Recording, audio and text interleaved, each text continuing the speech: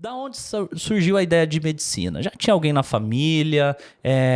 Foi uma paixão? Como que começou essa ideia aí de fazer medicina? Perfeito. Bom, é uma pergunta muito boa. Eu, de fato, não tenho ninguém na minha família que é médico, nem por parte do meu pai, nem por parte da minha mãe. Ninguém na linhagem próxima aí que formou-se em medicina ou exerceu a medicina. Eu sempre fui muito encantado pela biologia. Primeiro com botânica, depois com biologia animal, e isso foi se aprimorando ao ponto de chegar no organismo humano. Tá? E isso foi gerando realmente um encanto muito grande em mim. E era uma coisa que eu estudava já desde novo. Num determinado momento, eu não me recordo exatamente qual, eu decidi que o caminho que eu deveria seguir para poder colocar os meus sonhos em ação seria fazendo a medicina. E foi isso que me motivou, realmente o gosto, a paixão pela biologia. E dentro da medicina você obviamente quer ajudar as pessoas. Então isso, de fato, foi o mote para que eu me tornasse um médico. E é legal, né, assim, porque a área da medicina, quiçá, é uma das áreas mais cobiçadas pelos brasileiros, né? Se você entrar, acho que num colégio hoje, no ensino fundamental não, mas talvez já no ensino médio, muitas pessoas, muitos adolescentes querem se perguntar, o que você quer ser? Quero ser médico e tal. E acho que a medicina é uma profissão muito bonita, né? E ela começa a ser inserida desde o comecinho, né? Desde quando a criança vai no pediatra e vê aquele homem ou aquela mulher de jaleco, né? E tem aquela questão também de que a mãe, o pai, a família já traz um incentivo também, né? E a gente sabe quanto é difícil, né, doutor Diogo, a relação a entrar numa universidade, né, pública, por exemplo. As privadas são muito caras, né? E nem todo mundo tem a condição de pagar uma faculdade de medicina. E as públicas, a concorrência é muito grande, né? Sim, a disputa para entrar numa faculdade pública na época que eu fiz medicina, que eu acho que, se eu não me engano, eu entrei em 1997 na faculdade. Faz pouco tempo.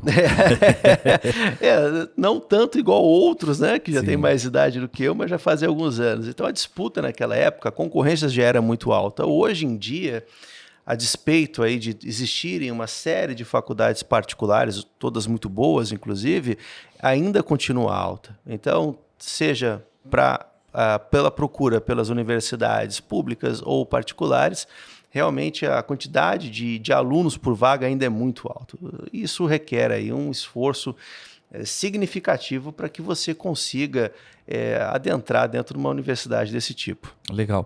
E aí a gente estava conversando ali e você falou que você é os guri, como é que é? Gaúcho. É o gaúcho. O doutor Diogo é gaúcho. Eu tive em Rio Grande do Sul recentemente, fiquei uns dias lá trabalhando. É uma cidade muito bonita, uma cultura bem legal também. Sim. E como que foi? De lá aparecer aqui em São Paulo, foi para Campinas? Como que foi essa trajetória aí até chegar na faculdade? Existiram alguns desmembramentos antes. Eu nasci em Porto Alegre em 1978. Fui morar em Brasília, morei em Brasília até 1987. De Brasília nós fomos para Vila Velha, que é uma cidade que fica ao lado de Vitória. Maravilhoso, sim, hein, lindo, cara? lindo. Que lugar. Eu fui agraciado em morar ali na Praia da Costa, a uma quadra da praia. Então, isso até 2002, final de 2002, quando eu ingressei na residência de neurocirurgia na Unicamp. A faculdade de medicina você fez em Vitória? Eu fiz em Vitória, exato. Eu fiz em Vitória, inclusive era uma faculdade particular, mas uma faculdade extremamente assim, rigorosa.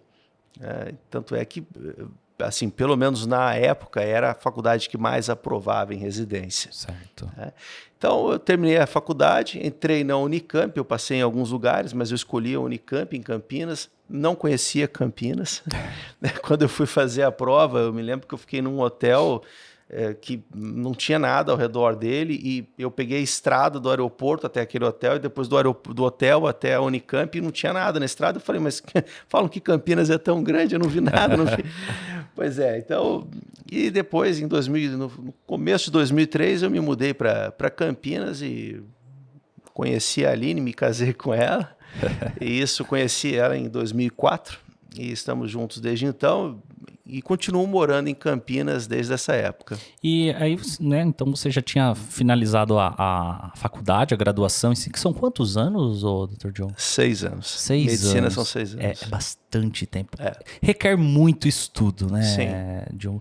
E aí você se interessou pela área de neurocirurgia. Isso. Dentro da faculdade, isso chamou mais atenção? Como que foi esse processo para ingressar nessa área? Olha, no primeiro ano eu estudei muito anatomia, né? Porque a base da medicina no primeiro ano é a anatomia, talvez a matéria, a disciplina mais complexa. E lá eles eram muito rigorosos com a anatomia. O nosso professor, que ainda está atuante, ele já foi considerado o terceiro maior anatomista do mundo. Ele era discípulo do Didiu. Então, a anatomia sempre foi muito forte lá. E no final do primeiro ano de medicina, que eu terminei a neuroanatomia, que é o último módulo que nós temos, eu decidi que eu queria fazer neurocirurgia, porque eu gostava muito de dissecar os cadáveres, estudar a anatomia em si. Eu vi que eu colocaria aquilo ali em prática em algum momento na minha vida através de uma área cirúrgica. E a neurocirurgia realmente foi o que me encheu os olhos. Por conta da neuroanatomia. E desde então eu continuei sendo monitor de anatomia durante a faculdade inteira, publiquei artigo dentro da anatomia, tanto da parte de coração, que era uma outra área que eu gostava bastante, quanto da parte de cérebro, com o Dr. Musso, um professor que nós tínhamos, que ainda está conosco. E depois, quando eu terminei a faculdade, daí sim que eu prestei as provas para neurocirurgia. E a neurocirurgia... como que... Vamos pensar, elaborar isso daqui, porque eu acho que deve ser... A gente que... Quem não assistiu Grey's Anatomy aí, né? Quem não assistiu Grey's Anatomy, tinha um médico lá que ele fazia muitas cirurgias, né? Neurocirurgias. E eu acho... É extremamente delicado, né? Porque assim, hoje aqui a gente faz procedimentos estéticos e tem um certo tipo de... Às vezes gera uma lesão e tal, mas coisas muito controladas, muitas vezes superficiais, né? E quando você pensa em abrir ali um crânio e realizar... É uma responsabilidade imensa, né? Sim. E eu acho que a importância, né, como você falou e trouxe isso como base, o conhecimento anatômico, não só para o médico, mas para outros profissionais, a importância do conhecimento da anatomia, né, doutor Diogo? Sim, na neurocirurgia, assim como em outras especialidades, a anatomia, a fisiologia são essenciais para que você consiga atuar com desenvoltura e segurança dentro da sua especialidade. No entanto, isso se estende para outras profissões. Então, por exemplo, todos aqueles que, de alguma forma, vão lidar diretamente com o corpo humano, têm que ter um conhecimento de anatomia, mesmo que seja uma anatomia específica para o que a pessoa faz. Por exemplo, no caso da estética, vocês sabem que tem áreas da face que... áreas de risco, né? Exato, que devem ser lidadas com certo cuidado. Exato. Enfim, porque passam estruturas ali que são de relevância funcional significativa. Então, a anatomia, de fato, ela é uma base aí para que você consiga desenvolver a sua atividade com êxito. E aí, da neurocirurgia para implante capilar foi um pulo, né? Como é que foi essa paixão pelos cabelos, aí pelas madeixas?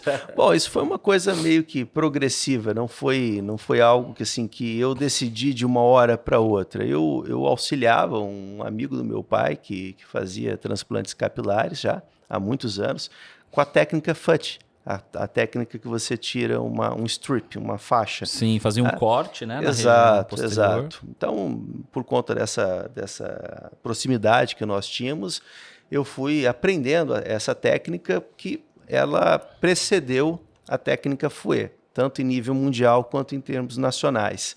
E eu aprendi a fazer a técnica naquela época, isso já tem 10 anos. E depois, com o advento da técnica Fouet, na verdade, a técnica Fouet, ela iniciou, a primeira tentativa de Fouet foi em 1988, no Japão, mas depois de um tempo ela foi se tornando de conhecimento mundial e o aprimoramento dela foi se tornando mais acessível, né, no meio médico. E quando isso ocorreu, e eu senti que realmente era algo que eu gostava muito de fazer, em virtude do aprimoramento técnico que a técnica requer, eu resolvi que eu ia fazer o meu treinamento na técnica Fouet, que é bem diferente da técnica FUT, que tira o strip. Então, em cima disso, eu comecei a estudar, a fazer cursos, treinei bastante tempo, e, enfim, aqui estou eu. Mas eu continuo fazendo.